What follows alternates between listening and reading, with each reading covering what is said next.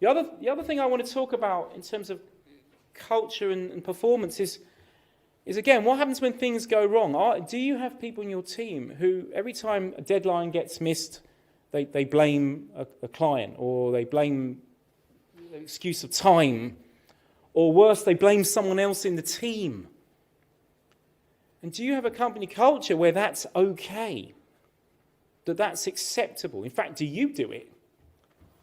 And I see this a lot. In fact, it's all the time in business, and we very much advocate that the most important thing to do is to have a culture where you're not victim. It's not a victim mentality. And that you're not blaming external circumstances or other parties for why things are or are not going well. And instead, we very much advocate that yourselves and the people in your teams are taking ownership and accountability and responsibility for what's really going on, and why didn't that project go to plan? Why were those mistakes made? What can you, i.e. the team, do about it?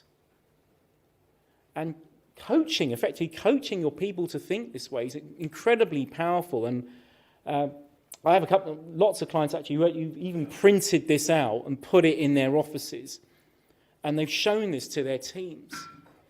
And one of my clients, Scott, and he actually runs an estate agency, and he said to me, Parag, I got this guy, and he's always late. He's always late. And he always gives me an excuse. And he's always very apologetic, but he always gives me an excuse. And I said, Scott, will you be taking him through this? And he goes, well, no, I get it, but I'm going to take him through it. And now, that guy was never late again.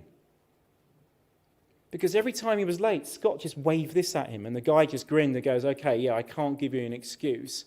I need to start now looking at taking ownership for why I was late and doing something about it. And guess what? The guy did. He started looking at his own behaviours and thinking, well, why was I late and what can I do about it, rather than passing the buck all the time. So, again, this is very important. It's got nothing to do with skills and CVs, but it's got a lot to do with the mentality and the attitude, and effectively coaching them to think that way. And we call this the victor's mentality, because it forces your team and the people in it to really think about why things have gone well or not gone well.